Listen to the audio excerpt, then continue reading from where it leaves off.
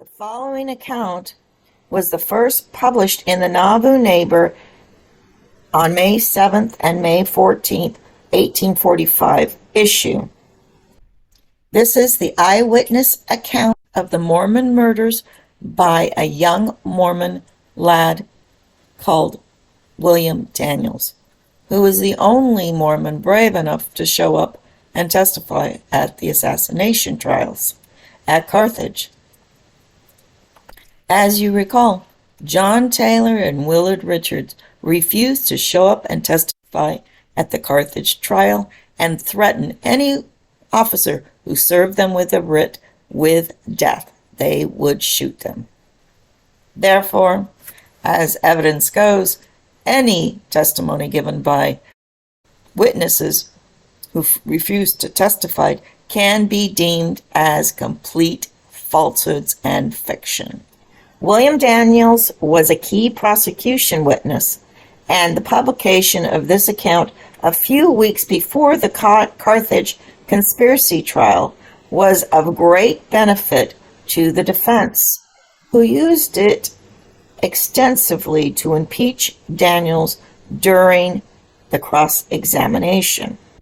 Just to remind everyone, I am not the first person to identify the Masonic symbolism coded in Mormon mythologies. Very famous Mormon scholar previously identified and paralleled, this is a pro-Mormon scholar, paralleled the Hyrum Abiff story of classical Masonry to the Book of Mormon story of Laban getting his head decapitated and falling to his death while Nephi and his brothers run off with Laban's history of the Jews. This is not outrageous to start to point out all of these Masonic symbology and mythologies that are encoded into of the Utah Mormon stories. A third witness account to the Joseph and Hyrum Smith assassination was a young man called William Daniels. William Daniels' eyewitness account was published in the Nauvoo Neighbor about a month before the Carthage trials, giving the defense team advantage because they knew exactly what William Daniels was going to testify, and what he was going to testify was to a completely fantastic, miraculous experience that saved Joseph Smith's dead body from being mutilated and beheaded by some of the angry mobocrats and Carthage Greys that were outside the jail. The young Mormon William Daniels incorporates most of Willard Richards and John Taylor's observations, and he agrees he's heard them secondhand, but then adds a complete new scene that occurred on the outside of the jail after Joseph Smith fell, in which a column of light saves Joseph Smith from being mutilated or beheaded by a little angry mobster. It becomes quite obvious that William Daniels' witness statement is designed to create a mythology, a heavenly story about the assassination of Joseph and Hyrum, once again passing the authority from the Smith brothers over to the Quorum of the 12 and those that are left in Nauvoo, saying that they were in charge of the church, which at this point Brigham Young was the head honcho in 1845.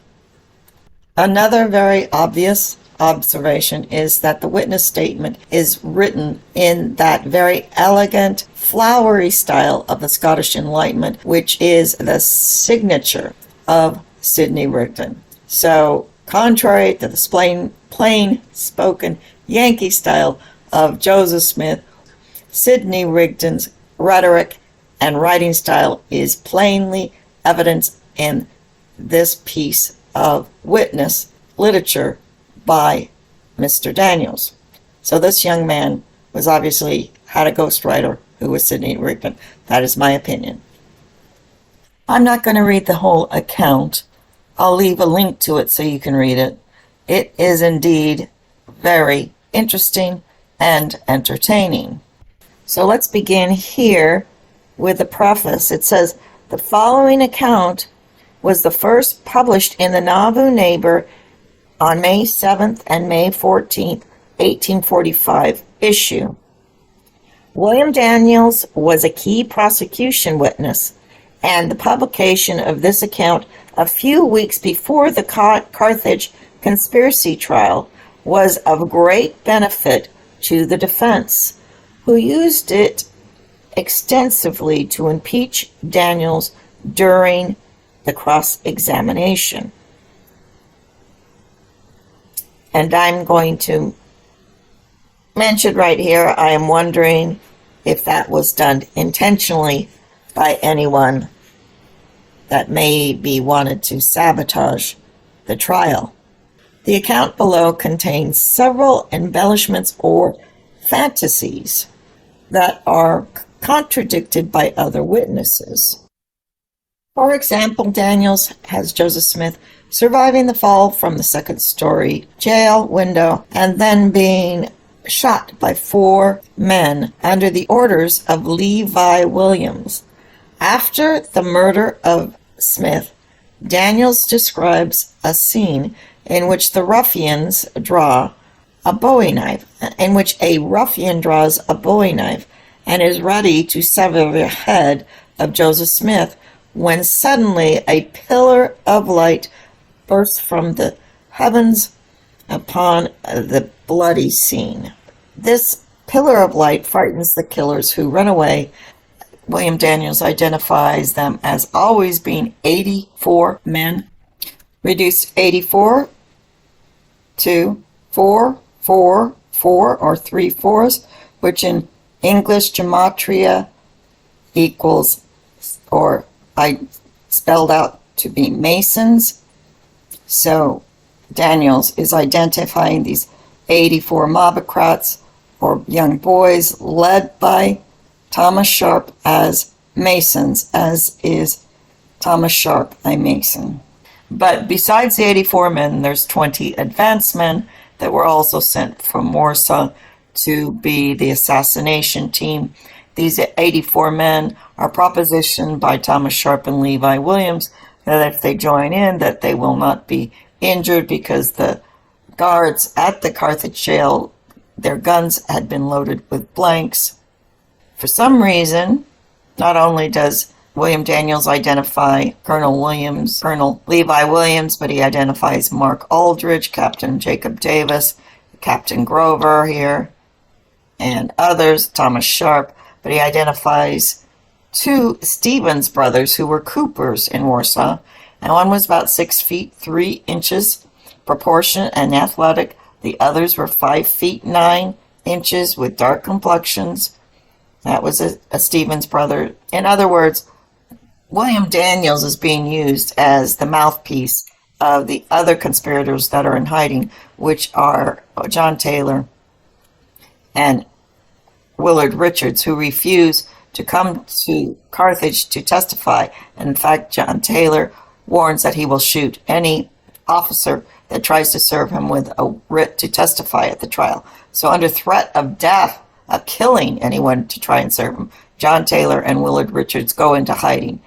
Now, it was John Taylor's affidavit that also led to the arrest of Thomas Sharp and Levi Williams, and this is probably the reason why John Taylor refused to testify, because these were pretty dangerous people. And in fact, William Daniels, who's used as their mouthpiece, young fellow who is using language that is reminiscent of Sidney Rigdon's opulent writing style, he has to go into hiding after he testifies. So it appears clear to me that William Daniels, this young man, is being used as a tool or a young mouthpiece for the scared, frightened Quorum of the 12, John Taylor, Willard Richards, who refuse to show up because they're in fear of Thomas Sharp and Levi Williams harming them. Let me say that again.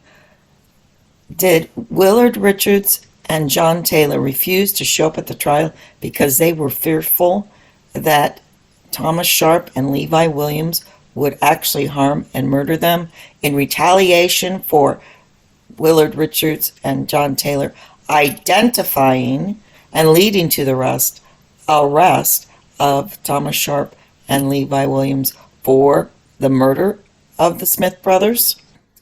So I read from the website Famous Trials, and this is published by Douglas O. Linder. His preface to the John Taylor eyewitness testimony. He states, and this is John Linder's opinion, when Governor Ford investigated the murders of Joseph Smith and Hyrum Smith, the most important affidavit was provided by John Taylor, who was present at the jail at the time of the murders and barely escaped death himself. On the basis of the Taylor affidavit, arrest warrants were issued for Levi Williams and Thomas Sharp. Later, when the trial approached, Taylor urged fellow Mormons not to attend the trial process. According to this, he says that Taylor feared that they would be unable to protect the Mormons from violence if they participated in the trial. But he says on April 13, 1845, Taylor warned officials who sought his testimony at the trial that if they made an attempt to serve the warrants on him, it would cost them their lives. There you have it. John Taylor refused to attend the trial after he targeted Levi Williams and Thomas Sharp as the assassins. So why would these assassins, Thomas Sharp and Levi Williams, be so enraged that they would cause harm and violence to John Taylor? Well, you could conclude it's because somehow John Taylor betrayed these assassins and fingered them as the fall guy. It is true that it is the affidavit, which I have not seen or read, that led to the arrest of Levi Williams and Thomas Sharp for the murders of the Smith brothers. We now have an elaborate eyewitness testimony of William Daniels specifically identifying Thomas Sharp and Levi Williams, although we do not have a actual published affidavit of John Taylor identifying these two. However, it goes down in history that the original accusation came from John Taylor. Period. So why would John Taylor be so frightened to show up at the trial? Could it be that John Taylor and Willard Richards went into hiding because they had actually betrayed their co-conspirators, Thomas Sharp and Levi Williams, period? We know that, based on newspaper accounts, that Francis Higbee had gone to Warsaw several times to conspire with Thomas Sharp to create a mob against the Smith brothers and to print letters to Governor Ford to arrest or throw the Smith brothers out of Illinois. So was Francis Higbee and the Quorum of the 12 conspiring along with the Warsaw and the Carthage communities to kill the Smith brothers? Francis Higbee, a one-time friend of Joseph Smith, was one of the owners or publishers of the Nauvoo Expositor, which Joseph Smith had authorized to be destroyed and led to the Smith arrests. Years later, when John Taylor actually published his affidavit after it had been drafted by several different people, did identify only one person, and that was Francis Higby. However, he did not identify him as an assassin, only as being present during the chaos at Carthage jail. He indicates in his affidavit that when he heard that Francis Higby was present somewhere around Carthage, that he would swear out his life against Francis Higby. No mention in John Taylor's later published affidavit or witness statement anything against Thomas Sharp or Levi Williams. So identifying Levi Williams and Thomas Sharp and these 9 witnesses were left up to this young, barely converted Mormon boy, Levi Williams, who after the trial did go into hiding, the story goes, because he was in fear of his life, of retaliation by the defendants, who were eventually exonerated because Levi Williams' eyewitness testimony was deemed to be unreliable and based on pure fiction. This could be.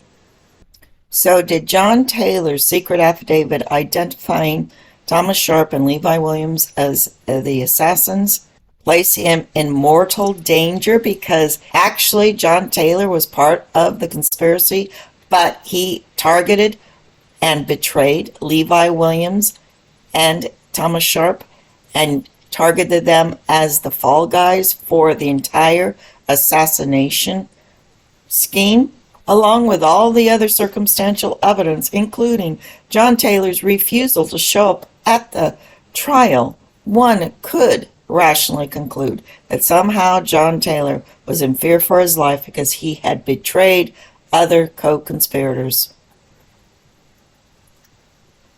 John Taylor and Willard Richards betrayed Thomas Sharp and Levi Williams, who believed that they were in a conspiracy together to assassinate Joseph Smith, but secretly John Taylor scapegoated and swore out a secret affidavit implicating Thomas Sharp and Levi Williams as the culprits. Therefore, in order to save their own lives, John Taylor and Willard Richards had to go into hiding. So Thomas Sharp gives them a speech, these 84. So let's return to William Daniels' eyewitness testimony against the co-conspirators of Levi Williams and Thomas Sharp. According to William Daniels, he ended up in Warsaw because there was a group of boys or young men which Thomas Sharp and Levi Williams were trying to gather together in a militia to march to Carthage and join in the assassination of the Smith brothers. Interestingly, Levi Williams states that the men that were eventually convinced to march on to Carthage to assassinate the Smith brothers, the number was 84. So I wondered if 84 was some kind of occult Masonic number, and it happens to be a coded number. This is a wink and a nod, again identifying who was responsible for the killing of the Smith brothers. 84 can be reduced to 444, which in English gematria spells out Masonic. Clearly an identification of who was responsible for killing the Smith brothers that day on June 27th, 1844.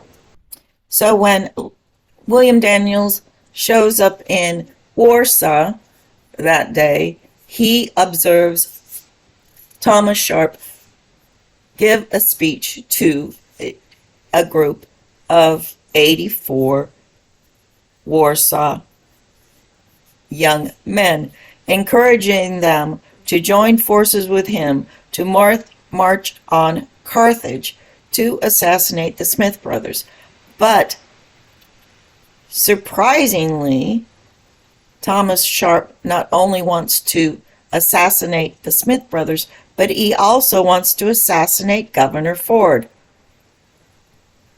This is according to the young Mormon eyewitness William Daniels, and published only 1 month before the trial of Thomas Sharp and Levi Williams.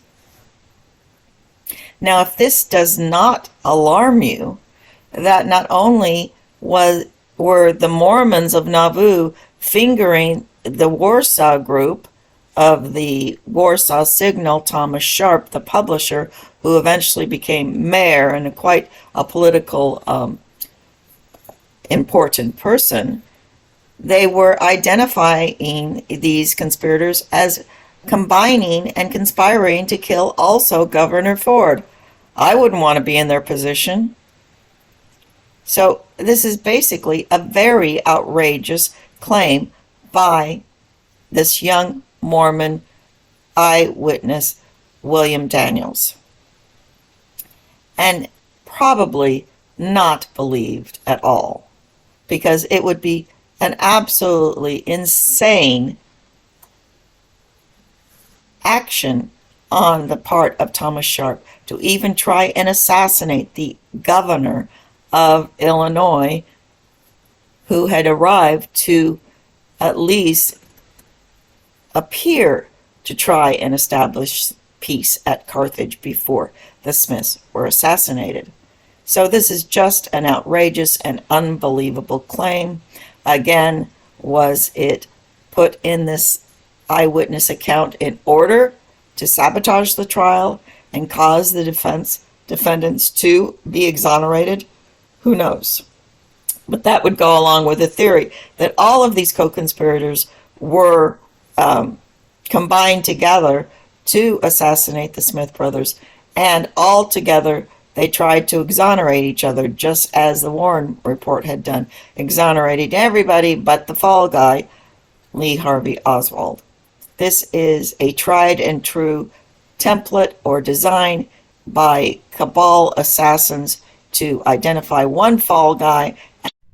So here is the speech given by Thomas Sharp that day in Warsaw.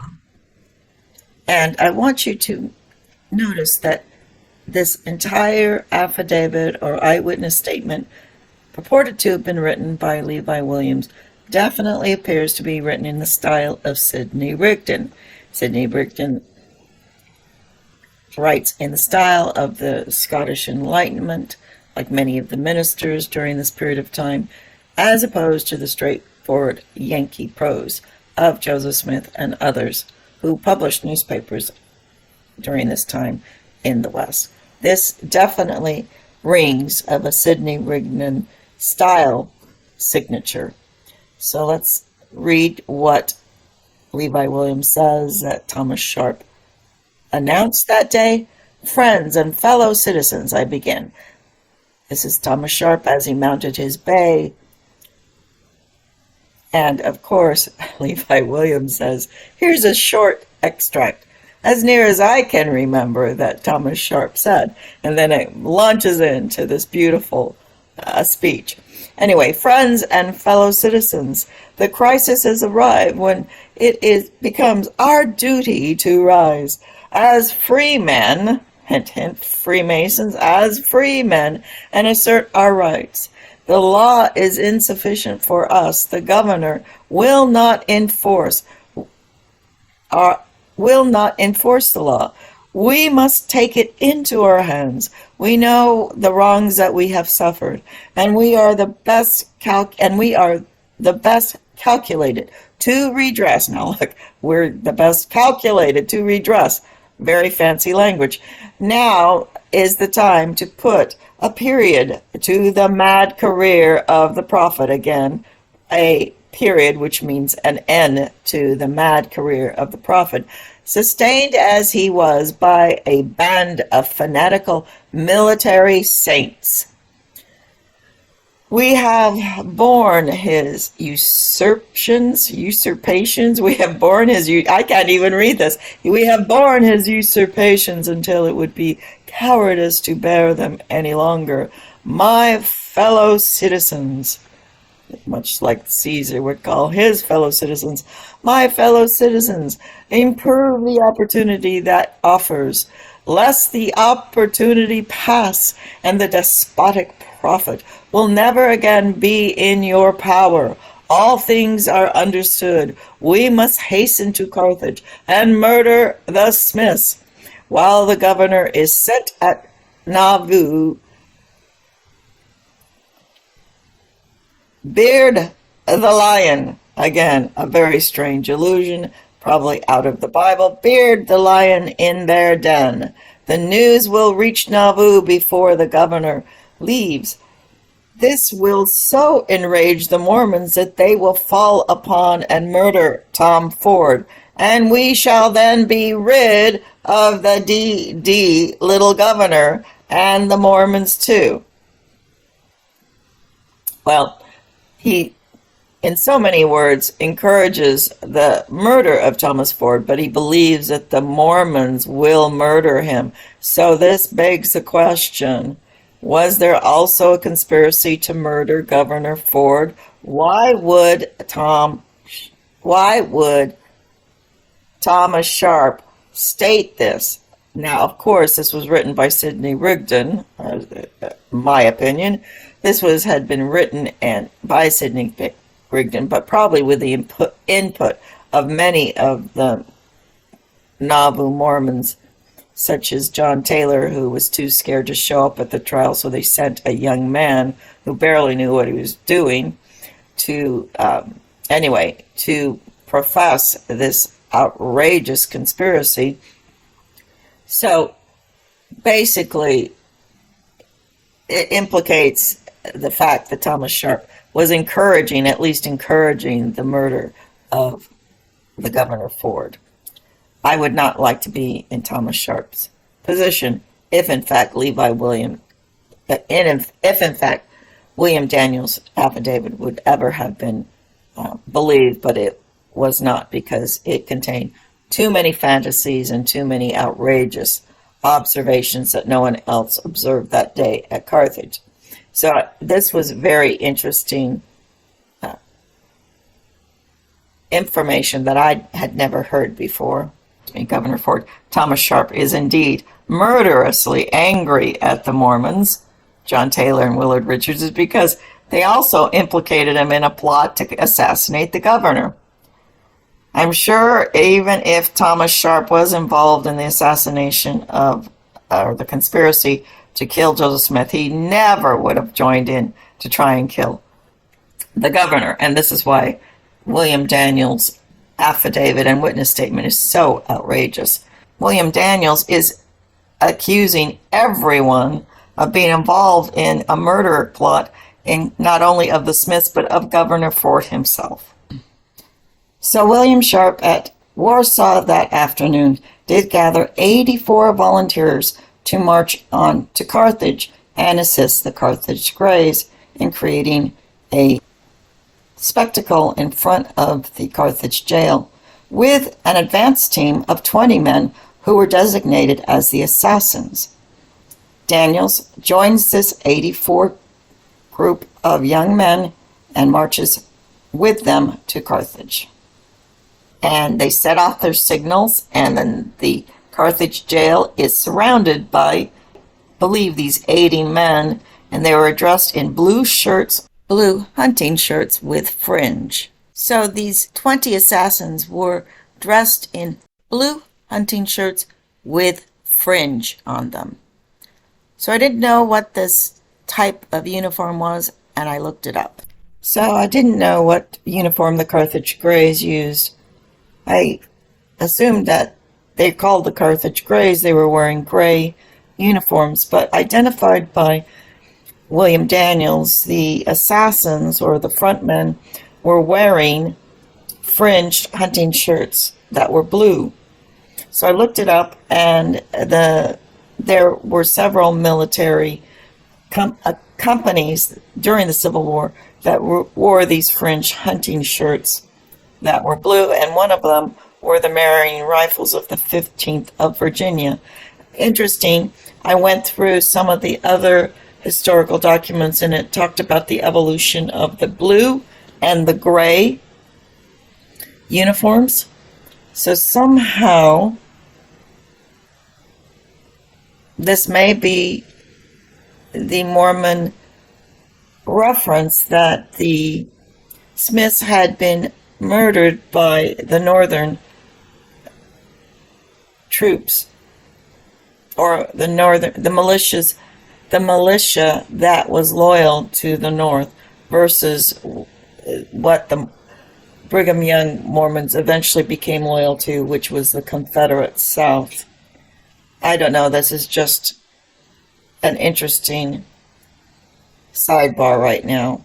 But here's a military uniform that is a fringed hunting shirt worn by the Marion Rifles during the Civil War.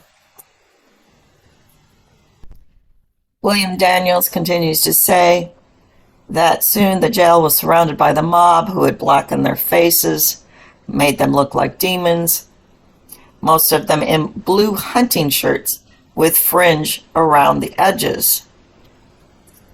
The Carthage Greys had advanced about 8 rods from the jail, so they were a different identified mob, where they halted in plain view of the whole transaction until the deed was executed.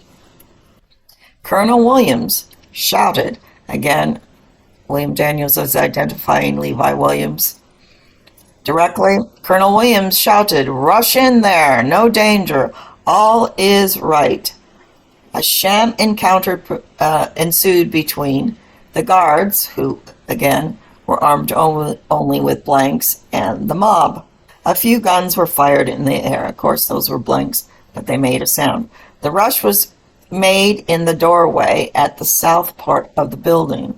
This let them into the hallway of the entry from where they had ascended, flight of the stairs. At the head of turning right, they reached the door, which led into the prisoner's room. He continues, earlier he said, whatever happened or transpired in the jail, he had to rely on eyewitness testimony, obviously, of John Taylor and Willard Richards, who had pretty well formed what later became their written witness statements.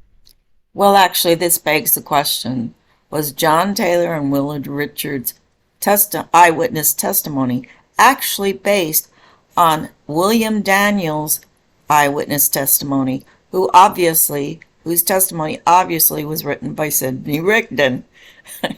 It's funny, but this is how these religious zealots work. They use committees to invent their documents. So let's start out in the beginning, which is Sidney Rigdon wrote the first draft of William Daniels' elaborate and lofty and stylized witness statement. William Daniels, a young, uneducated lad. And then years later, John Taylor copies it. That's what I would assume, that John Taylor simply copied the original version written by Sidney Rigdon. That's my theory right now. But he basically echoes exactly what John Taylor and Willard Richards had written about what occurred inside the jail, with Hyrum dying on the floor and saying, "I am a dead man." His death was sudden and without pain. Thus fell, I don't know how he'd know it was without pain. Thus fell Hyrum Smith, the patriarch of the Church of God, the martyr for his holy religion. That brief moment was the Church of Jesus Christ deprived of the services of such a good man as ever was named in history. A shower of balls were poured through parts of the room, many of which lodged in the ceiling just above the head of the fallen man. A few hours previous to this, a friend of General Joseph Smith put in his possession a pistol, and we know that the pistol, Joseph Smith has let off 3 bullets and 3 of them misfired. He talks about the fact that Joseph Smith goes to the window and then falls or jumps and ends up alive outside.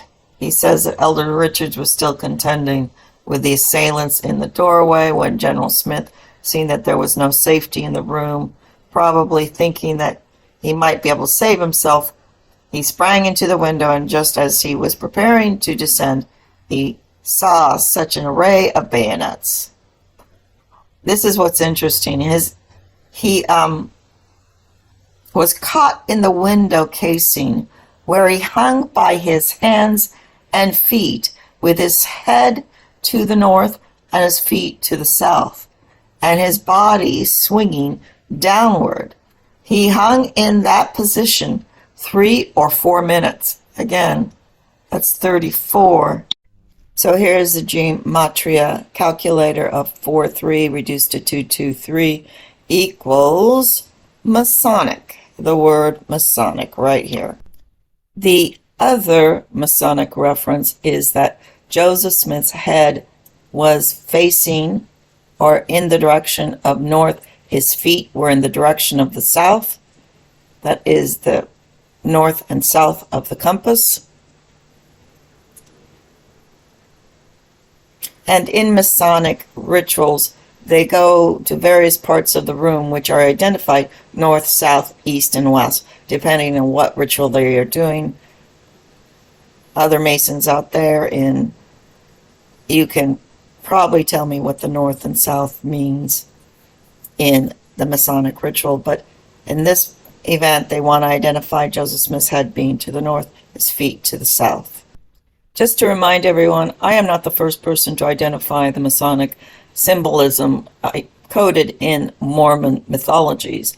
Very famous Mormon scholar previously identified and paralleled, this is a pro-Mormon scholar, paralleled the Hyrum Abiff story of classical Masonry to the Book of Mormon story of Laban getting his head decapitated and falling to his death while Nephi and his brothers run off with Laban's history of the Jews.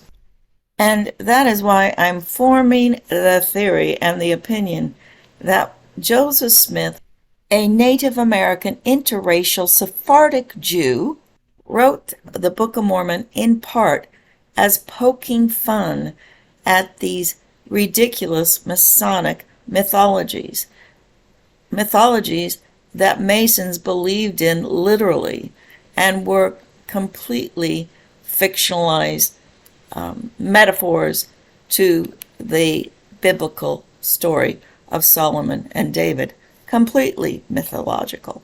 But because the Masons believed them literally, Joseph Smith wrote the Book of Mormon in part poking fun at the Masons. Now we know all about the Nephilim and the big Viking heroes and the hero worship, and how the Nephilim, or the Nephites, who were supposed to be big and strong and powerful, they end up getting killed, totally decimated. So again, the irony of brother against brother, and the white Masonic Melchizedek Masons end up exterminated. Perhaps that's Joseph Smith's prediction and prophecy for the future of these ridiculous white Melchizedek Masons. Just my opinion. A humble little female who would never be invited into a Masonic hall.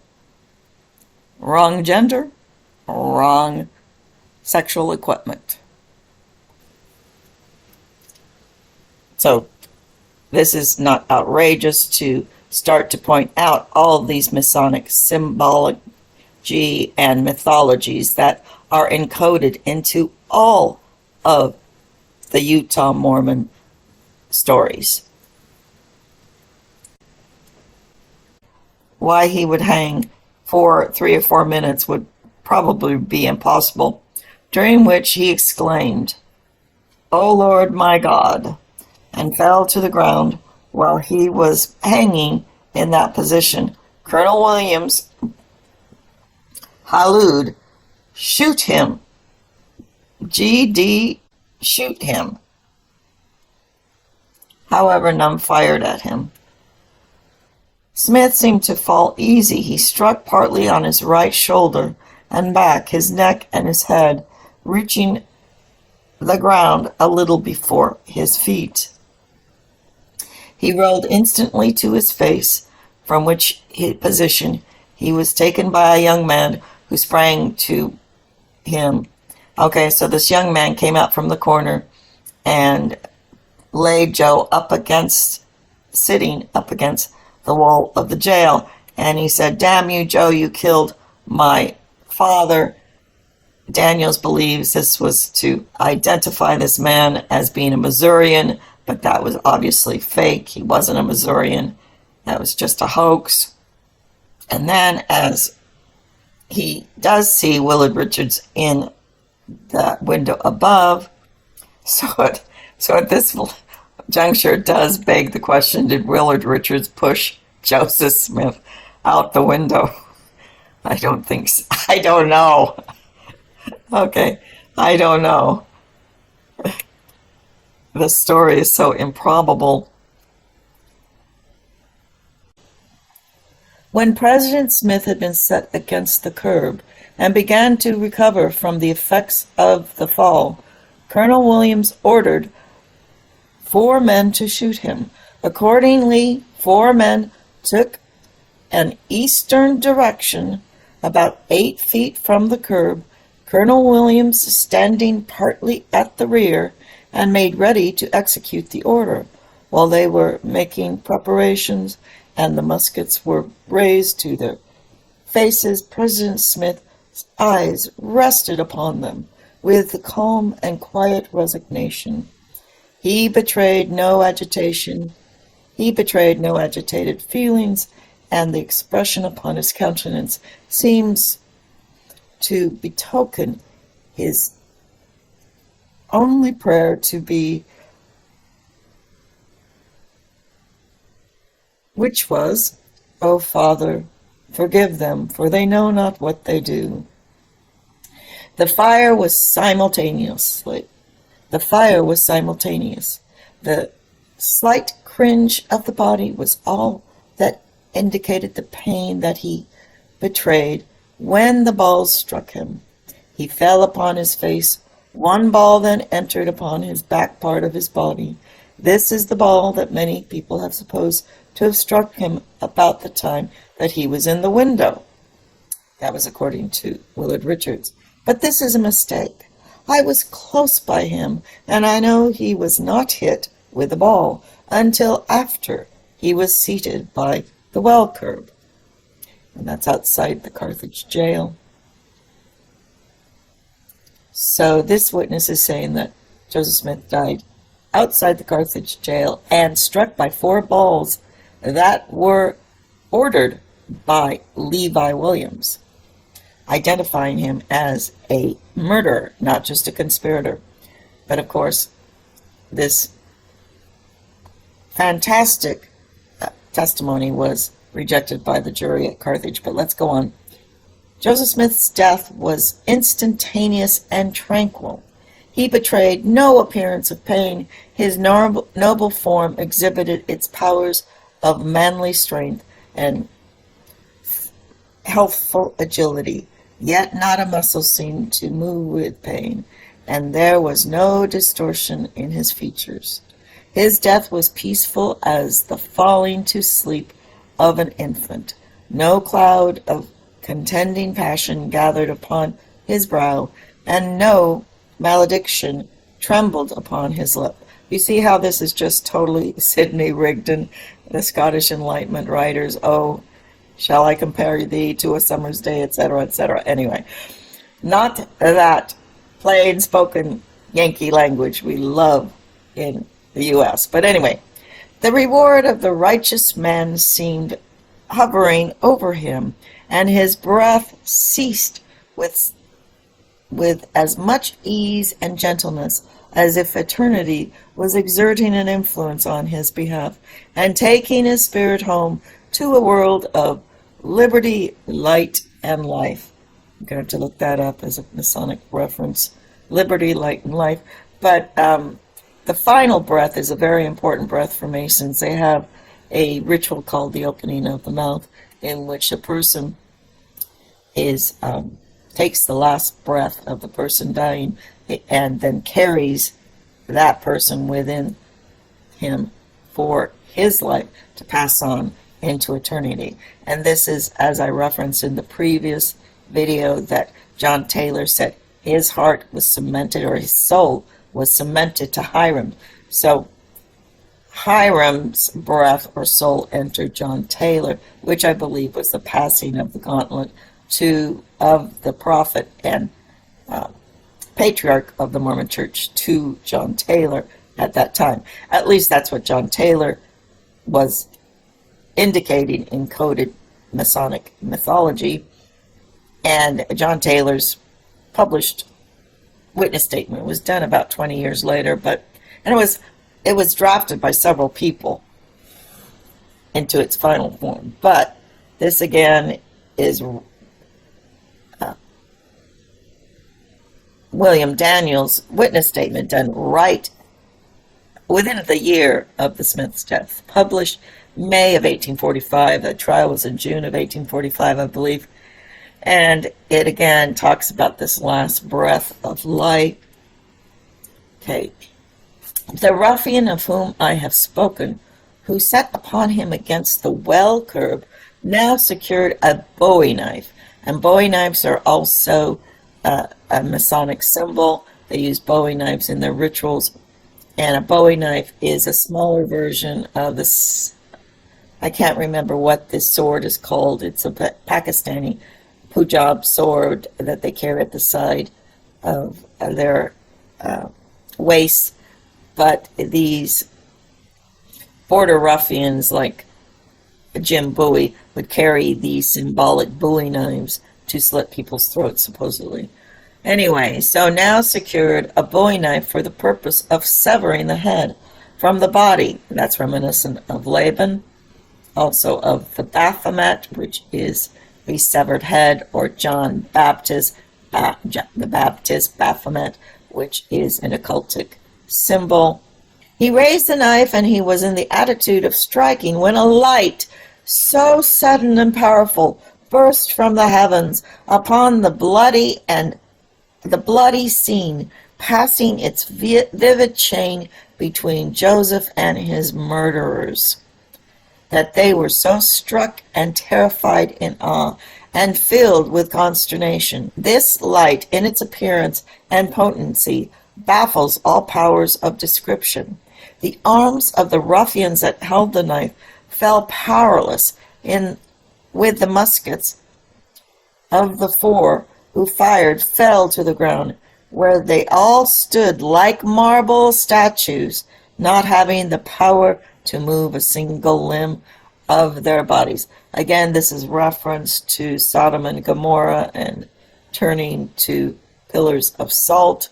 The assassins turned into pillars of marble statues, and they were immovable. By the time most of the men fled this great disorder, I never saw so frightened a set of men before. Colonel Williams, as Levi Williams, saw the light himself and was so badly frightened, but he did not entirely lose his use of his limbs or speech. Seeing the condition of these men, he hallooed to some of them, to others, that they commenced to retreat, for God's sake, to come and carry off these men. So they had to return and carry the men who were frozen into marble statues.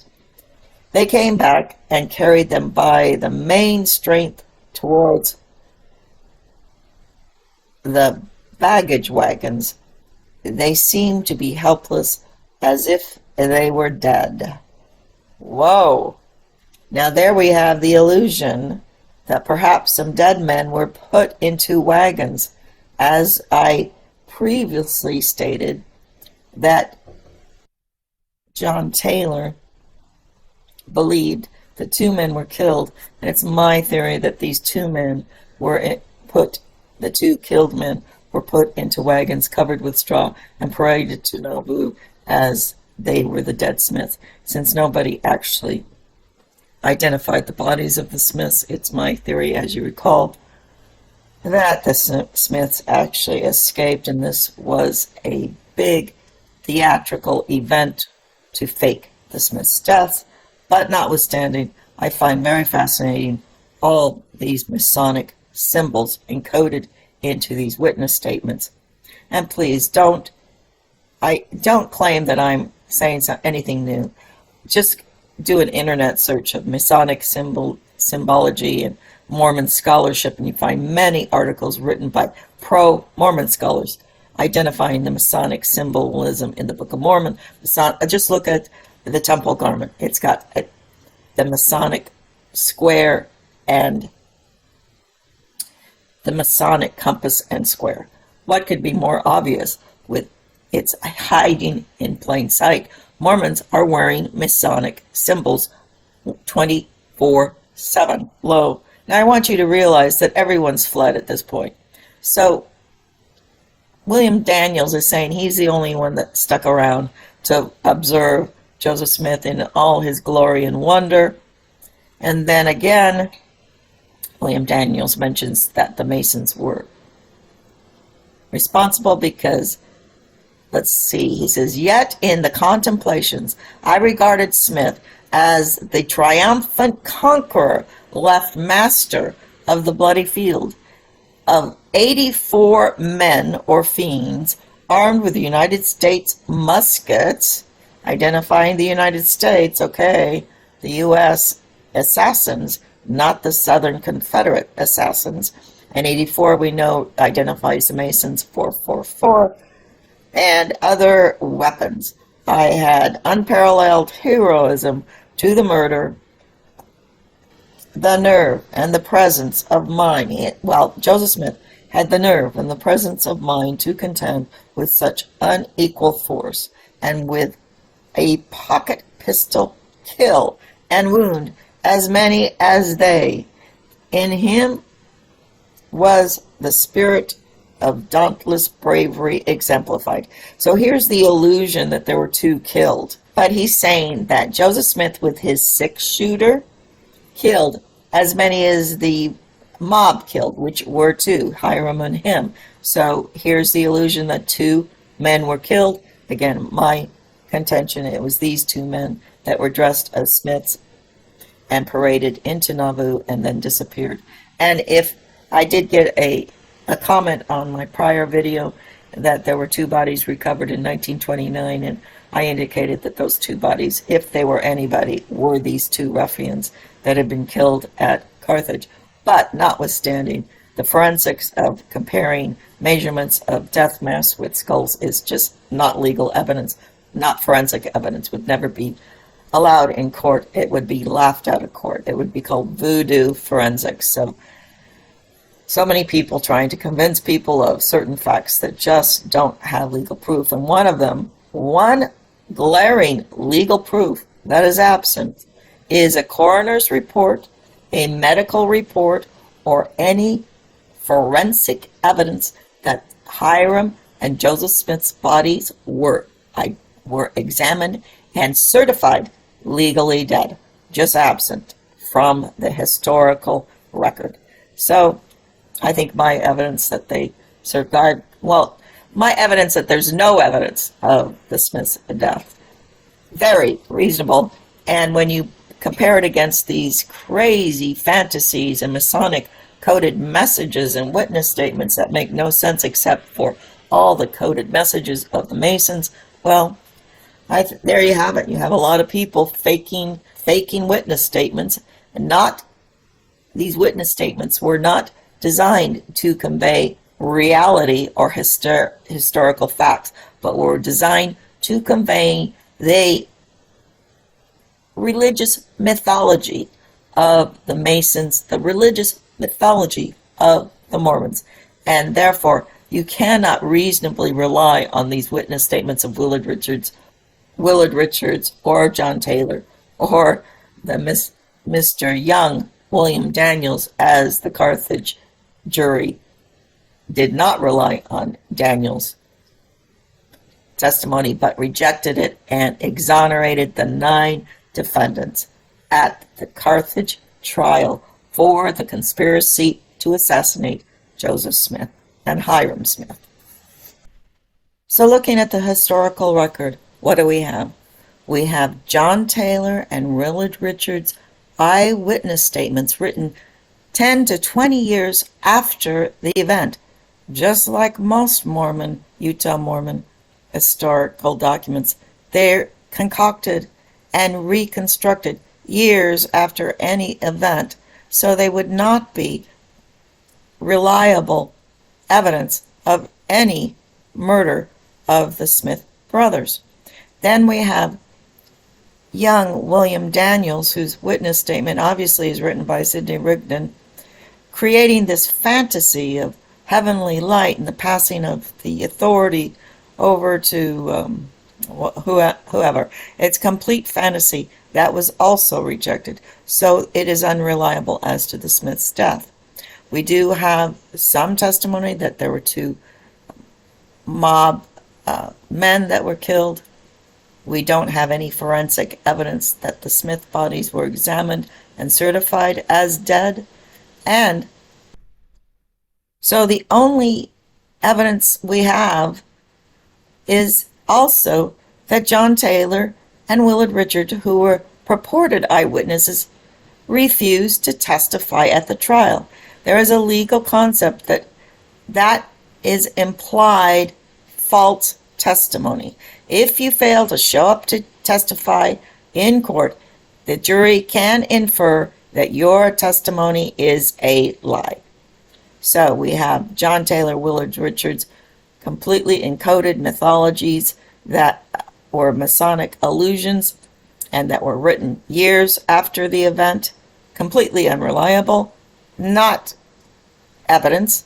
And then we have this Mr. Williams, Daniel Williams, young Mormon boy, whose testimony obviously was written by Sidney Rigdon, that the jury completely rejected as being false and a complete fantasy. So there is absolutely no eyewitness testimony that's reliable that the Smiths were killed. There is no forensic evidence that the bodies were identified. All we have is this mythology concocted years after the Smiths' death